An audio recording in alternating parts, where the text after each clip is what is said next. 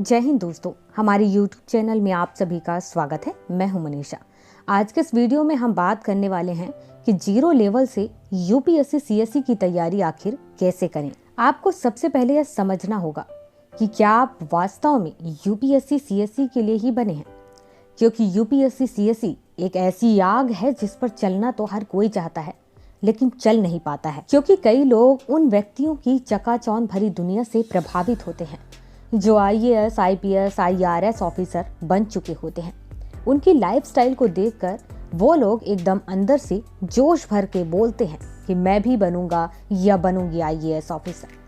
लेकिन जब IAS, IPS officer बनने की इस रास्ते पर चलने की बात आती है तो शुरू के 5 से 10 दिन पूरी ताकत के साथ किताबों की दुनिया में डूब जाते हैं। लेकिन धीरे धीरे जब किताबों में लिखी ये सारी रामायण उनके समझ में नहीं आती है तो वो ये कहते हैं कि शायद हमारी किस्मत में आईएएस बनना नहीं है, ये तो होशियार लोगों का काम है। ऐसा कहकर खुद को अलग कर लेते हैं, लेकिन ऐसा नहीं है। आप सभी में से सभी लोग आईएएस, आईपीएस ऑफिसर बन सकते हैं। बस इस बात को ध्यान में रखना है कि जल्दी करना है पर जल्दबाजी नहीं करना है। शून्य स्तर से यूपीएससी सीएसई की तैयारी करने तक आपको कुछ स्टेप्स फॉलो करने होंगे। सबसे पहला नंबर, यूपीएससी सीएसई का सपना देखें। नंबर दूसरा, फैसले पर विचार करें। नंबर तीसरा, सिलेबस को देखें और समझें और याद रखें। नंबर चौथा, यूपीएससी सीएसई का शेड्यूल बनाएं कि आखिर कब तैयारी करेंगे, कब पढ़ेंगे, कब सोएंगे।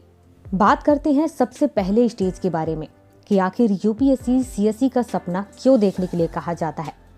किसी भी सपने को पूरा करने के लिए सबसे पहले उसे देखने की आवश्यकता होती है। जब तक हम कोई सपना नहीं देखेंगे तो उसे पूरा कैसे करेंगे। इसीलिए सबसे पहले आप अपने आप से बात करिए कि क्या आप यूपीएससी सीएसई की तैयारी के लिए वास्तव में बने हुए हैं। आप वास्तव में इसकी तैयारी करना चाहते हैं या फिर आपने सिर्फ दिखावे के लिए यूपीएससी सीएसई की तैयारी की शुरुआत की है। आपने देखा होगा कि कुछ लोग अपने फेसबुक, व्हाट्सएप, ट्विटर अकाउंट पर स्टेटस लगा कर रखते हैं, यूपीएससी स्टूडेंट्स, एस्पिरेंट्स या फिर आईएएस एस्पिरेंट्स। ऐसे स्टेटस रखने वाले कितने लोग यूपीएससी सीएसई के लिए सीरियस होते हैं ये तो आप सभी को भी पता होगा। बहुत ही कम लोग ऐसे होते हैं जो कि वास्तव में यूपीएससी सीएसई के लिए सीरियस होकर तैयारी करते हैं। और सीरियस लोग खुद नहीं बोलते हैं बल्कि इनका रिजल्ट बोलता है। एक बार जब यूपीएससी सीएसई की तैयारी करने की आप सोचते हैं तो आपको अपने आप से बहुत सारे सवालों के जवाब ढूंढना अनिवार्य हो जाता है। जैसे कि नंबर 1, यूपीएससी सीएसई में पास तो हो पाऊंगा या पाऊंगी। नंबर 2, यूपीएससी सीएसई में पास अगर नहीं हो पाया या नहीं हो पाई तो मेरे करियर का क्या होगा। तीसरा सवाल होता है कि आर्थिक स्थिति कैसे हैंडल करनी है, कोचिंग फीस कैसे जुटानी है। चौथा सवाल होता है कि घर से पढ़ना है या फिर कोचिंग जाना जरूरी है। पांचवा सवाल होता है कि यूपीएससी सीएसई के लिए कितने घंटे पढ़ना जरूरी है। इसके बाद छठवां सवाल ये भी आता है कि आखिर मुझे तो यूपीएससी की एबीसी भी नहीं पता, तो फिर शून्य स्तर से यूपीएससी की तैयारी कैसे करूं। ऐसे तमाम सवाल एक एस्पिरेंट्स के मन में आते हैं। इसीलिए मैं कह रही हूँ कि आप यूपीएससी सीएसई का सपना देखें, लेकिन खुली आंखों से देखें कि क्या आप वास्तव में यूपीएससी सीएसई की मंजिल वाले रास्ते में पड़ने वाली कितनी भी चुनौतियां आए उनसे निपटने के लिए आप तैयार हो या नहीं। क्योंकि जब आप एक बार यूपीएससी सीएसई के लिए कदम बढ़ाते हो तो फिर लौटना अच्छा नहीं लगता है। इस बात का हमेशा से ध्यान रखना। आप वो कहते हैं ना कि जान दे दो या फिर जाने दो, मतलब किसी सपने को देखो मत या फिर अंतिम स्थिति तक उसे पूरा करने का प्रयत्न करते रहो। जब आप इन सवालों के जवाब ढूंढ लेंगे तो यूँ समझ लीजिए कि आपकी आधी परेशानी तो खत्म हो गई। वो इसलिए कि ऐसी स्थिति में आपकी सफलता के चांस बढ़ जाते हैं, क्योंकि यूपीएससी में आधे से अधिक अभ्यर्थी ऐसे होते हैं जो पहली बार बिना किसी रणनीति के और सही जानकारी के अभाव में परीक्षा देने बैठते हैं। ऐसे में आपका ऐसे अभ्यर्थियों से कोई कंपटीशन नहीं होता है, क्योंकि ऐसे अभ्यर्थी पास ही नहीं होते हैं। जबकि कुछ अभ्यर्थी आपको ऐसे भी मिलेंगे जिन्होंने कभी कुछ पढ़ा तो कभी कुछ पढ़ा। इसका मतलब है कि लगातार किसी एक सब्जेक्ट का अध्ययन वो नहीं करते हैं या फिर किसी एक सब्जेक्ट का केवल एक स्रोत बार बार नहीं पढ़ते हैं। कुल मिलाकर यूँ समझ लीजिए कि जो लोग इस तरीके की मेहनत करते हैं वो आगे चल करके ठंडे पड़ जाते हैं। इसीलिए आपको ठंडे दिमाग से सबसे पहले यह सोचना होगा कि कंपटीशन आपका किसके साथ है। उन लोगों के साथ जिन्होंने एक बार भी पढ़ाई नहीं की है, बस सुना है और एग्ज़ाम देने बैठ गए हैं, या फिर उन लोगों के साथ जिन्होंने रात दिन मेहनत की है, फोकस होकर के पढ़ाई की है और साथ ही एक ही सब्जेक्ट को, मतलब कि हर एक सब्जेक्ट का केवल एक स्रोत रखते हुए उसकी हर जानकारी को एक साथ ऐड करते हुए सही तरीके से पढ़ाई की है। अब मैं बात करती हूँ दूसरे टॉपिक पर कि फैसले पर विचार क्यों करना है।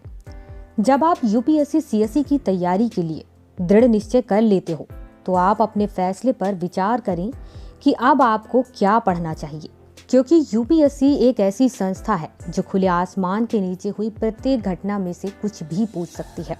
इसलिए मैं आपको सलाह देना चाहूँगी कि यूपीएससी सीएसई के तैयारी के दौरान आप दुनिया की जितनी भी चीज़ें जान रहे हैं उसे यूपीएससी सीएसई के हिसाब से सोचते हुए जानें, उसी हिसाब से पढ़ें।